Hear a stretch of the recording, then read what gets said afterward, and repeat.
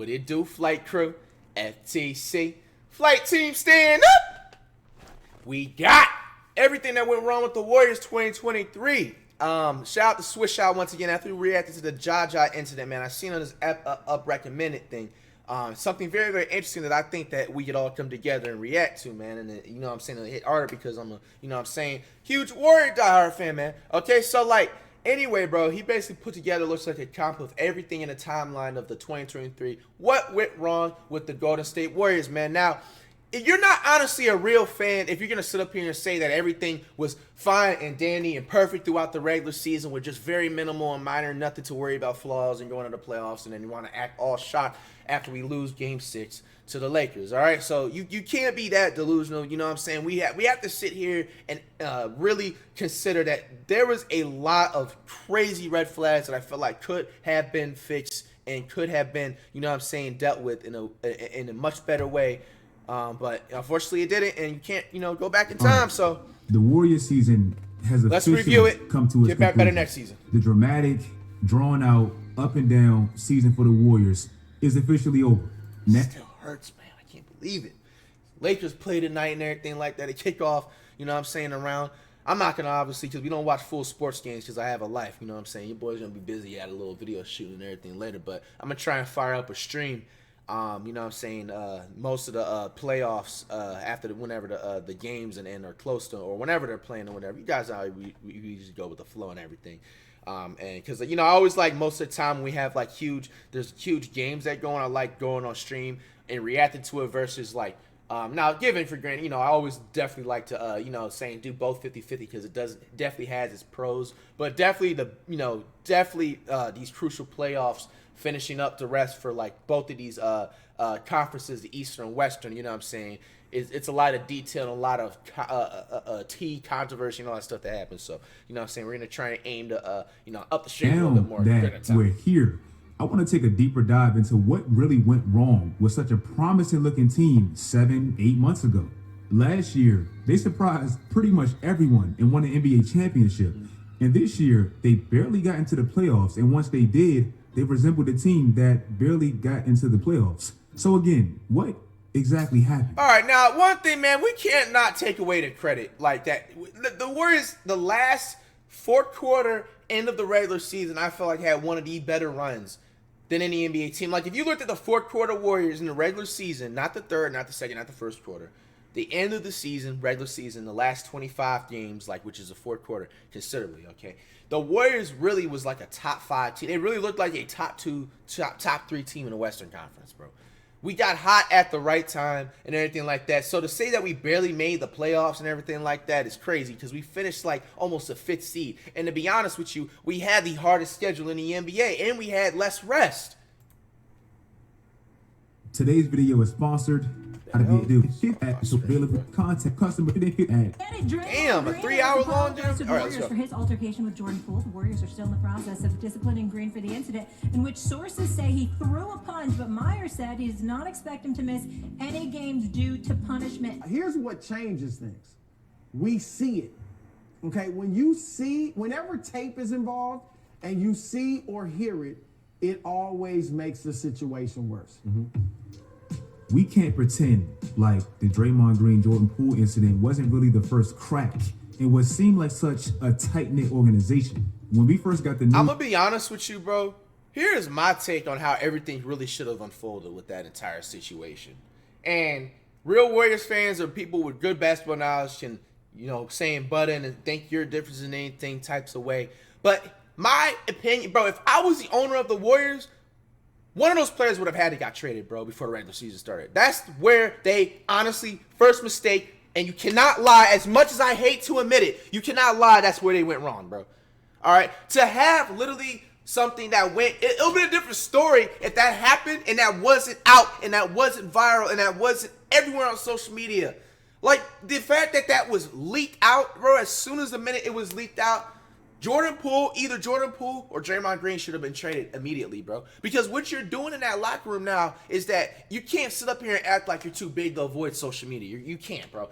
With the way social media is literally at its prime it's ever been, You know what I'm saying? And it's continuing to rise. You know what I'm saying? So you already should have seen coming the memes, the constant podcasts, and the NBA analysts gonna be making jokes about this all season, especially, you know what I'm saying? Bro, I don't care what nobody says. They played a good role throughout the entire rest of the season and making sure it didn't like have nothing affecting them. But bro, there is tension in that locker room ever since that happened, bro. If a nigga punched me in the face, bro, and I didn't do anything, bro, first of all, that wouldn't even first of all happen without me like getting any type of revenge. Not to like bad influence or nothing like that. The way Jordan Poole, that would not have been me going out like that, first off foremost. I don't care if it would have been a win, lose, or draw. Draymond would have had to get down right then and there. Nobody would have been able to hold me back. That would have been zero. I would tell, get out my face. I want that right now. Okay, first of all, pause. First of all, foremost, excuse me. Okay, so second, okay, the fact that happened, like, bro, you should have traded. That's basically what I'm saying, bro.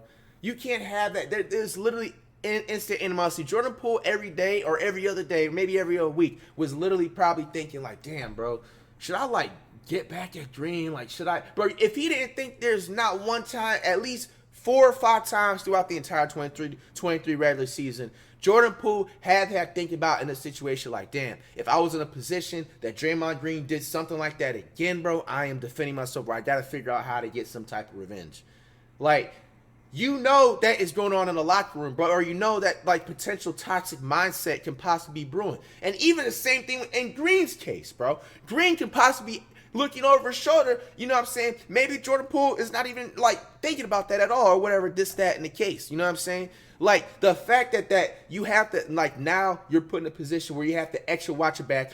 On plane rides home, you have to watch what your jokes, you know what I'm saying? You can't joke too hard like you used to with Jordan Poole before then because you just did that, you know what I'm saying? So every even little small joke, like a knock yo mama joke or something like that, you know what I'm saying, is a lot more personal than what it would have been before when you had did that situation.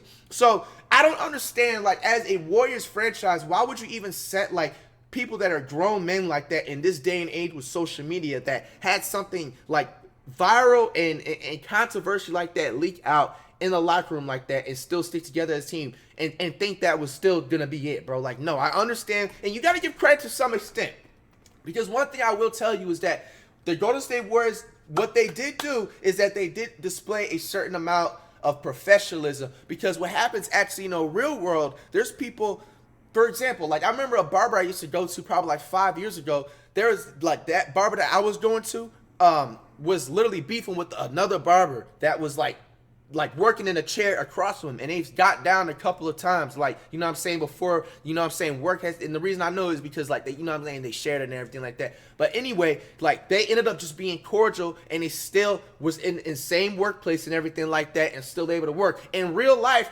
you are gonna have beef or have problems with people, you know what I'm saying, in the workforce, and you're not gonna be able to just like literally be like, oh, bro, can you just like lay this person off, or can you just trade them to like the other county, like down, you know what I'm saying, the street or whatever like that. It don't work like that. You know what happens? If it keeps escalating, both of you guys get fired, and that could have been the same situation where they could have looked at them like, bro, we could just cut both of you guys. We don't care. We're a big franchise. We just want to ring everybody counted us out. We just, you know what I'm saying, replace y'all. They could have looked at it just like that too. So you do have to give it credit, because it is teaching people in a real outside life world that they have to deal with huge problems like that in the workforce and everything like that. So, you know, but at the end of the day, if I was a Warriors personally, as soon as that happened, bro, I'm trading either Jordan Poole, Draymond Green, you niggas, one of y'all niggas gotta go. One of y'all gotta go. I don't care about anything what it has to say with chemistry you hold. If it had to be Draymond Green, it had to go. It had to be Poole, it had to go. They had to go. You know what I'm saying? But one of those two players had to be traded.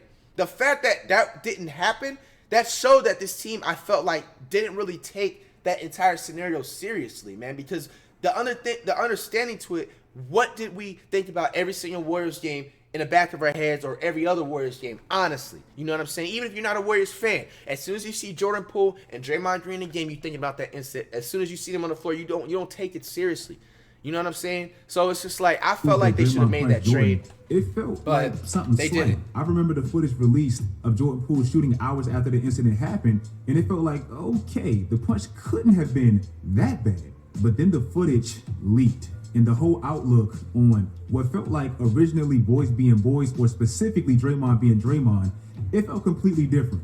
We knew Poole's family, friends, loved ones all saw that. And there was no way the relationship could just continue after a punch that significant released into the public. That's what I'm saying, bro. Like, I also forgot about that. Like, even like the family, like imagine what Jordan Poole's family's thinking about. Like, I don't know too much in depth like that about Jordan Poole and his background and stuff like that. But like, bro, like what if he has like a whole bunch of brothers and relatives? Like, bro, they come to his NBA games, bro, and I'm pretty sure Draymond Green's family and stuff and relatives and like come to the game and everything like that. They're in the same facility, bro. Like, that's too much tension, nigga. Bro, you're gonna sit up here and tell me as a human being not one person did not feel some type of way and wanted to plot some revenge. There should have been a trade that happened, man. That was the #1 mistake right there. I guarantee you the whole season would have been a huge difference in a great positive way if at least Jordan Poole or Draymond Green would have got traded off the team for somebody else. It had nothing to do with beforehand the season started about with skill, what they average a game, none of that. It's just principle, bro. Like, you have somebody that does something that detrimental and it goes viral like that, bro. Bro, think about it like this. You in school, okay? You're going to want to sit up there and be in the same class with somebody, even if he's sitting up there being cordial with you and this and that. You just got in a scrap with him the other day. He knocks you out. It doesn't even knock you out. He just, like, gets you to a point where it looks like he wins the fight, scrap, altercation, whatever. You know what I'm saying? In the best way, and it's all over World Star, bro. You think you're going to want to still be in class that same year and dap him up and sit up in there and whatever, even if y'all not even close like that, bro? Like, why would they even put that in the same position? Draymond like, that's still insane. They punishment. dealt with that all he year. Pretty much just stepped away from the team and got a fine, and that felt a little weird as well. I guess to make up for it to some extent, at least for Jordan's sake, the man did get paid. Maybe part of what looks to be a massive overpay now was for Golden State to prove to Jordan how valuable they view him. Jordan Poole and Andrew Wiggins simultaneously got massive deals, which seemed to be great for their future at that specific time. Both players were crucial in their previous championship pursuit, but it did raise immediate questions about their present, or at least their core. What does this mean for Draymond, essentially on the last year of his deal, and how will this team maintain the future while still trying to retain the core? It's crazy because Draymond actually hinted at this problem really before it became Golden State's reality.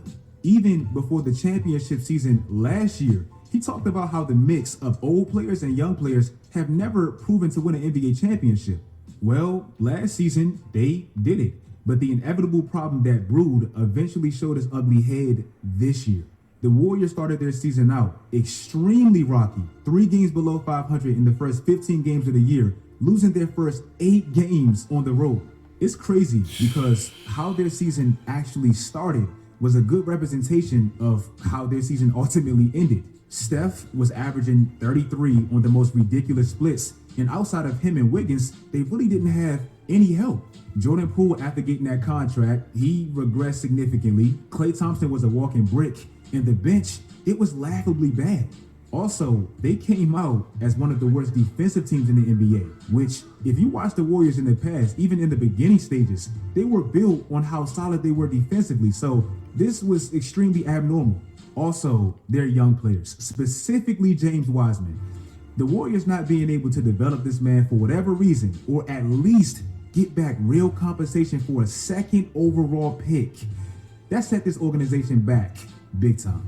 With the Warriors, James Wiseman just looked like an overgrown high schooler that you just stuck in the middle of the Warriors dynasty. Bro, that situation pissed me off so much, bro. Like, bro, we got a literally historical top 5 NBA bust, bro. Like, I literally witnessed an NBA bust in my freaking... Whoa! Hold on now. Hold on. Whoo! That would have been the worst down bad sus moment of 2023. Holy crap. Bro, I literally sat up here, all jokes aside, man, witnessed the worst NBA historical, you know what I'm saying, bust. Like everybody did. Like, come on, man. This is up there with Greg Oden and everything, dude. For whatever reason, like, I gave this man chance after chance. The speed of the NBA, dude. And mainly how the Warriors' culture, offensively and defensively, operated. Net rating, terrible. Offensively, terrible. Defensively, terrible. Rebound percentage, terrible. In every which way, he was dragging down the team in pursuit of their 5th championship. So eventually, they felt like they had to let him go. For this man, mind you, at the time, a 21-year-old, 7-foot, 2nd overall pick, they got back Gary Payton, who they already had, in 2 seconds. That's just a massive fumble. Also, the weird, strange Andrew Wiggins absence saga at the tail end of the season, I also believe that hurt him. I love Draymond, but I believe last year, Andrew Wiggins had kind of taken that spot as their most valuable two-way player. In a wing league, especially in last year's playoffs, he was their best wing defender, and offensively, he could stretch the floor, and he was one of their only players that could create off the dribble when the system kind of broke down a bit. With Andrew leaving in the midst of already Steph being gone, he was literally recovering from an injury when Andrew left. That just hurt the flow of a team already trying to find its groove mid-season. Then, for me, the turnovers with this team. Now, historically, this has always been a team that struggled taking care of the ball. Even in their glory days, they struggled with turnovers and stuff like that. So it's not anything new per se. But in the past, when they struggled taking care of the ball, they were one of the best defensive teams in the league. And they had one of the most potent offenses in the league, especially when they had KD. So they had wiggle room to not be perfect because they were perfect literally everywhere else. But this year, with them being average to below average for the majority of the year defensively, and offensively, them never quite being the same with Jordan Poole's regression, Klay Thompson's early inconsistencies, and Andrew Wiggins being in and out of the lineup, they didn't have that wiggle room to also be the worst team taking care of the ball. In the playoffs, that trend followed, and every single team they're near at the top of turnovers per game, they're exactly with Golden State at home. So even for a team like Golden State, it's extremely hard to overcome a situation where you're turnover prone like they were, foul prone like they were, average defensively like they were, and very Steph reliant offensively like they were, and still be a great team. And also, Jordan Poole. I feel for this man because some Golden State fans, they can be sick, greedy, mean-spirited, and this man has been through a lot these last 7-8 months, so I feel for him. But his regression really set this team back. It just did. It's sad because this man's contract didn't even start yet, and it looked bad. This man's finessing. He had one of the worst defensive ratings for this team all year. In the playoffs, he was damn near unplayable for a team that's already thin. It's crazy because when I watch Tyrese Maxey for the Sixers, all I can think about is, damn, he's giving Philly kind of what Golden State got from Jordan Poole last playoffs. Like that spark and that juice, that flashiness that kind of keeps the offense afloat when it dies a bit. That's what Jordan Poole did last playoffs, and this year, he's been quite literally the opposite. In fact, if you look at Jordan Poole series by series by series, going back to last year's playoffs, he's progressively gotten worse every single playoff series of his entire career. So for me, that Draymond chemistry destroying punch, it really hurt the dynamic of that team. I don't think he was ever quite able to feel comfortable being the soul, the voice, the leader for the young guys specifically, like he would have been if that punch never happened. Also, how bad they were on the road all year. How can you set somebody up to want to be like one of the like leaders and stuff on the team, bro, when he got embarrassed like that, bro? Like, he's not gonna feel comfortable going into the locker room, like going to team lunch. Like I said, even the plane rides home and everything, you can't say the same jokes as what you were saying to him before, bro. Like, he should have been probably the one that ended up being maybe traded to another team, and he probably might end up getting traded, man.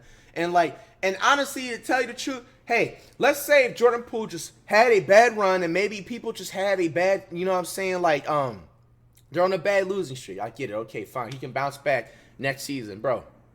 Honestly, the Warriors just got to trade him, bro, because Swisshot made a great point about this, bro. How do you want him to be one of the leaders of the new young generation coming into a franchise when you literally had in humiliating, like, this is not like somebody like having them like stop the game midway and then because like they have the runs or something, they got to go to the bathroom. Like, bro, this guy got decked, knocked out, like the typical generic meme style, like Friday, like Debo, you got knocked, or Chris Tucker, you get it, you got knocked up, yo, fool, like the generic meme of, you know what I'm saying, like society, bro.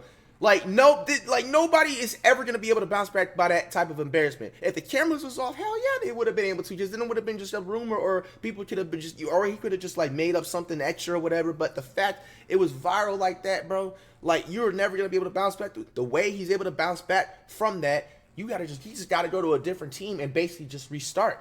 Similar to, like, let's say if somebody was in a certain school and they got into a really bad scrap and they got done, or they went out really sad, what usually happens 9 times out of 10?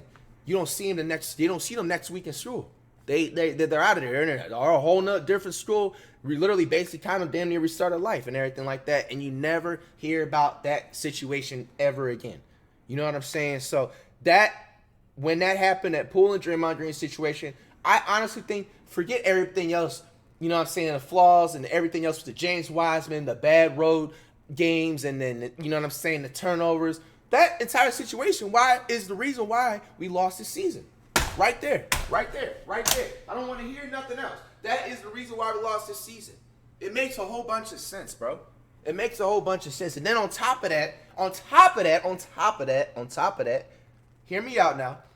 Not only does Jordan Poole have that entire thing that was going on, and Draymond Green had that entire thing that was going on in the locker room because of that situation, now you have their teammates or their friends, because you know some teammates are like actual friends and they're close outside of like the league and everything like that, bro. Okay? So hear me out. Now that you have that's going on, Jordan Poole probably has a certain amount of friends on that team that is actually his friends other than just teammates and just acquaintances and everything like that. And the same thing with Draymond Green, because why? They cannot play both sides. Now they're looking like, oh, like, why are you messing with them more? He just did that to me. He's supposed to be my homeboy. You know what I'm saying? People think like that now. You know what I'm saying? So it may sound like I'm thinking too much into it, but, bro, it's just the reality. You have to open up your mind a little bit more, bro. You know what I'm saying? Like, this is just the cold, hard, like, raw facts of basically outside of basketball that goes on. Like, NBA players are human too. You know what I'm saying? NBA players range from a variety of mature to immature to having a mindset like a high schooler or a mindset of something else. You guys know, you know. So a year. You gotta remember that, man. In the playoffs, and after the Lakers took Game 1, Golden State never quite got back traction, and ultimately it ended them. The lack of development with their young core, that also hurt this team. James Wiseman obviously got traded. Kuminga got doghoused in the playoffs. Jordan Poole regressed. Moses Moody had his moments, but it wasn't enough, and that made them way too Steph or bust. Not having enough valuable, versatile players with size, it just destroyed this team, and it made Steve Kerr have to be way too creative. If he plays Draymond and Looney, he's going to sacrifice offense because they're both not valuable offensive threats. If he doesn't play Looney, he's going to sacrifice the glass. If he doesn't play Draymond, he's going to sacrifice defensively. If he does play Jordan Poole, he's going to sacrifice defensively, but he possibly can get something back offensively. He didn't really get that, but it was just way too many ins and outs in order for him to be creative, and it just was a disaster, man. It was. If you guys like this video, let me know in the comment section what you guys think about this team going forward. Contracts, it's a lot. Jordan Poole's contract didn't even start yet. Draymond Green, I mean, he can leave after this season. I don't think he will. He said he wanted to be a Warrior for life. Steph's on a mega deal. Clay got 2 more years left. What do you think is going to happen with this team? I think they can bounce back. I don't think it's over like people think. Swisha is knowledgeable. Follow me on social media sites. All right, so like, here's what I think is going to happen, man. I personally think I'll be really shocked and surprised if they don't trade Jordan Poole within the next month, bro. You know what I'm saying? Because like I just said, I'm not going to repeat everything because it was a lot. You know what I'm saying? I think we covered so much great detail and how I felt and everything and opinion-wise and stuff. I think the step first starts with Jordan Poole. You know what I'm saying? Trade him. I just feel like Jordan Poole, I don't think he's in my humblest, honest opinion, bro, I think Jordan Poole is still an all-star, what he is to when he got that contract and everything, the reason why he got that contract, bro. I just feel like he's not comfortable because of what happened in that situation, bro. I just feel like he's not comfortable. Bro, I guarantee you if he goes to a small market team like a Thunder or something like that with like SGA, bro, Poole putting up like 20, everybody's switching up and it's back to the Jordan Poole wagon again and everything like that. And but honestly, bro, him with the Warriors is kind of tough. And the thing is, you also got to think about it like this too, because this is how you know I'm a real Warriors fan in this bit. You got to remember the Monte Ellis situation. Monte Ellis, a very, very, very great superstar. He's one of my absolute top 20 favorite players of all time. Mississippi Bullet. What you know about that Monte Ellis? All right, so like similar thing happened with Curry and when Monte came in. Now, they said that there was a lot of like chit-chat, like arguing off the court and everything. Nothing got leaked out or nothing like that. But what overall ended up happening, Curry is the better player, you know what I'm saying, overall and everything like that, you know, compared to Monte and stuff. So they basically ended up trading Monte away. I forgot he ended up going to the Bucks or the Timberwolves, one of those teams, anything like that. And it basically ended up being a downfall of his career, unfortunately. I hate to say it in a minute, but Monte Ellis is still a Hall of Famer in my book, and I have much respect and much appreciation for Monte and everything like that. But it was just the facts, man. So I just feel like overall, with Jordan Poole's game, it's kind of hard for him to play with Curry because Jordan Poole's not really, he can catch and shoot at times, but he's not like the Klay Thompson catch and shoot. You know what I'm saying? So it's like Jordan Poole needs to create, he has like that type of game to create his own offense and have a breakout 20 plus 30 point year even as like SGA. So he needs to go to like one of these small market franchises like the Thunder or the Rockets and stuff like that with other younger players, other players that just have high energy and just like, you know what I'm saying, not that old head mean energy, you know. So hey man, overall man, I know the Warriors are gonna bounce back